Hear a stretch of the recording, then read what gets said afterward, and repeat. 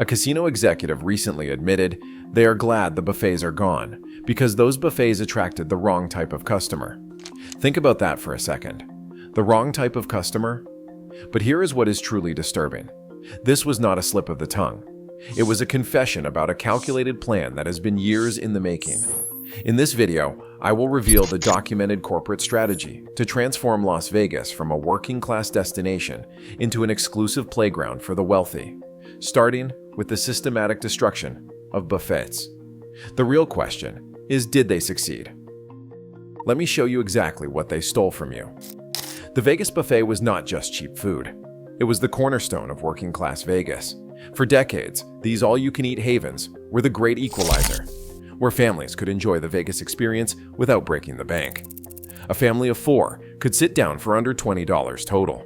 Locals had reliable, affordable dining options they could count on. Casino workers could grab a decent meal after shifts. The buffet was democratic. Everyone ate the same food regardless of wealth. But from 2019 to 2023, we witnessed nothing short of a massacre. Over 80% of Las Vegas buffets either closed permanently or underwent such extreme price hikes. We are talking 400 to 600% increases. They effectively priced out the very customers who made Vegas successful for decades. The Palms buffet is gone. Circus Circus vanished. Excalibur shuttered. Treasure Island is history. And the few survivors, like Caesars or Bellagio, now charge what you would pay at a high-end restaurant, often $75 to $100 per person. No, this was a calculated, systematic elimination carried out with surgical precision across multiple casino groups simultaneously. But here's where it gets disturbing. This massacre had a blueprint. The smoking gun is not hidden. It is in their own corporate reports. Now we will walk through the timeline of destruction, using only documented evidence and their own words. It starts in 2018 with an internal MGM Resorts memo that somehow leaked online. In it, executives categorized buffet customers as low-spend, high-maintenance demographics, and they outlined a 5-year plan to recalibrate our dining portfolio toward premium spenders. They specifically noted that families with children and seniors were occupying valuable real estate without proportional revenue contribution. Think about that framing. Regular families were now seen as space wasters rather than valued customers. By 2019, Caesars Entertainment had launched what they euphemistically called premium dining initiatives in investor calls. Reading between the lines of corporate speak, this was code for buffet elimination. Their quarterly reports that year celebrated a 22% increase in food and beverage revenue, despite serving 18% fewer customers. They were literally bragging about serving fewer people at higher prices. Then 2020 happened. The pandemic became the perfect cover for what they had already planned. When casinos shut down, buffets were the first to go and the last to return, if they returned at all. Industry insiders confirmed what many suspected. COVID was not the cause of buffet closures. It was the convenient excuse. The mask really came off in 2021. At a Goldman Sachs travel conference, a casino executive candidly said they were not sad to see certain customer segments disappear from their properties. The pandemic accelerated their ability to reshape their customer base toward higher value visitors. Another executive in an investor call said they were glad the buffets are gone because those venues attracted the wrong type of customer. By 2022 and 2023, the few remaining buffets had been completely repositioned as luxury experiences. The Wynn Buffet, once reasonably priced around $25 to $30, now starts at $69.99 on weekdays and reaches $89.99 on weekends. That is nearly $400 for a family of 4 to eat at a buffet. Let that sink in. The coordinated timing across different casino companies was not coincidental. This was an industry-wide strategy to fundamentally alter who Vegas serves and caters to.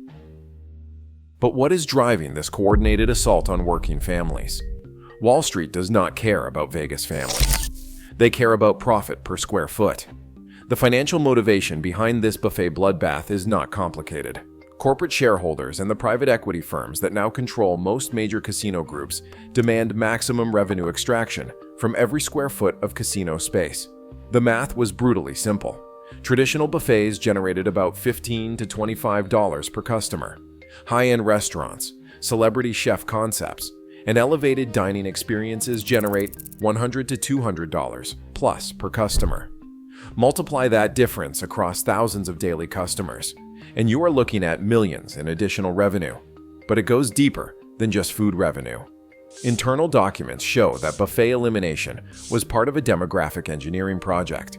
By removing affordable dining options, casinos could effectively filter out lower and middle-income visitors without explicitly saying that is what they were doing. It is economic discrimination disguised as market evolution.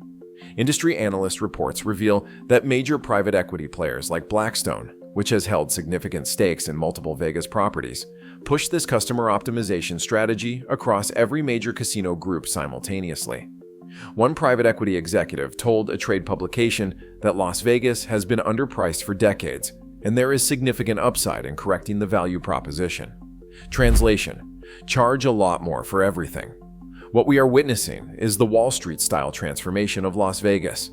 Every experience is being converted into maximum yield opportunities with little regard for the cultural damage or community impact. These are not casino companies anymore. They are asset management firms that happen to own casinos. And the public? They are finally waking up to what has been done to them. Vegas locals are not staying quiet about this betrayal. Social media platforms are flooded with family vacation horror stories. One viral TikTok showed a family of 4 receiving a $387 bill for a buffet that would have cost them under $60 just 4 years ago. The comments section exploded with thousands of similar experiences. TripAdvisor reviews increasingly feature phrases such as complete ripoff, daylight robbery, and not worth it anymore. Many specifically mention the disappearance of affordable dining options as their reason for cutting Vegas from their travel plans. Las Vegas residents have organized Bring Back Buffets campaigns, with one petition garnering over 50,000 signatures. Local news coverage has highlighted the community impact, particularly on seniors and fixed-income residents who relied on buffets for affordable, reliable meals. Tourism surveys tell the real story. Data from the Las Vegas Convention and Visitors Authority shows a 40% decline in self-identified family vacationers since 2019. When asked why they are not returning, 72% cite increased costs as the primary factor. One particularly heartbreaking trend is that the multi-generational Vegas vacation is disappearing. Grandparents who used to treat extended families to an affordable Vegas getaway can no longer swing it financially.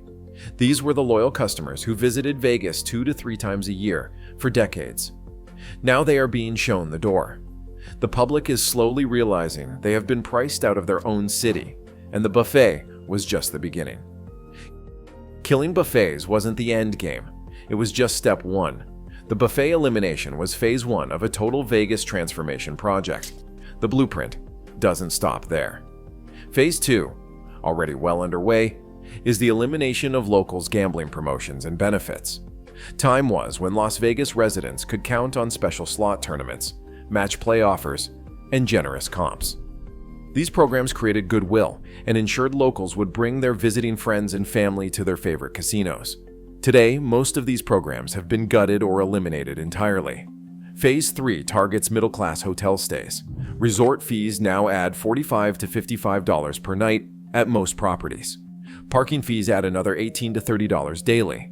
Add mandatory amenity fees, venue fees, and other creative charges, and a $99 advertised room rate becomes $200 plus before you even arrive. One casino executive admitted in an industry panel that these fees were specifically designed to create price separation, corporate speak for keeping out the budget traveler. Phase 4 removes all affordable entertainment. Remember when you could catch a decent show for $30 to $40? Those days are long gone. The average show ticket on the Strip now exceeds $125, with many productions starting at $200 plus per person. Even the half-price ticket booths now offer discounts that are higher than full prices were just 5 years ago. The goal of all this is not subtle. Transform Vegas from America's playground into Monaco for the ultra-wealthy.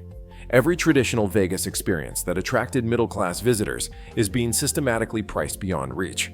The message is clear. If you are not prepared to spend $1,000 plus per day, Vegas doesn't want you anymore.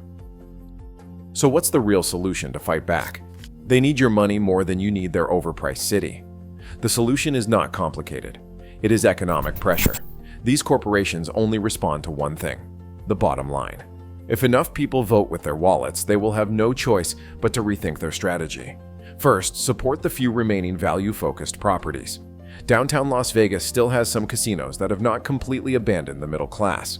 Places like El Cortez, the D, and Downtown Grand still offer reasonable value. Some off-strip properties like Orleans and Gold Coast maintain more affordable options as well. Second, avoid the fee-heavy resorts whenever possible. Every time you pay a $50 resort fee or a $30 parking charge, you are validating their strategy. If occupancy drops at properties with the most aggressive FEs, they will reconsider. Third, consider alternative destinations that still welcome families and budget-conscious travelers. Laughlin, Reno, Biloxi, and other regional gaming markets offer much of the Vegas experience at a fraction of the cost. Some tribal casinos around the country have maintained affordable buffets and family-friendly pricing. Fourth, make noise. Leave honest reviews. Contact casino management. Tell them exactly why you are not returning. Companies track these metrics carefully, and enough negative feedback does eventually reach decision makers. The most powerful force in Las Vegas is not the corporations. It is the collective power of customers. Vegas corporations respond to revenue loss faster than anything else. When occupancy drops and profits fall, they will bring back customer-friendly policies. The power to restore Vegas belongs to you, but only if you use it. They betrayed every working family that built Vegas. Have you been priced out of experiences you used to love? Drop your Vegas horror stories below. We are fighting for the same thing. Hit subscribe if you want corporations held accountable, and let's take back our city together.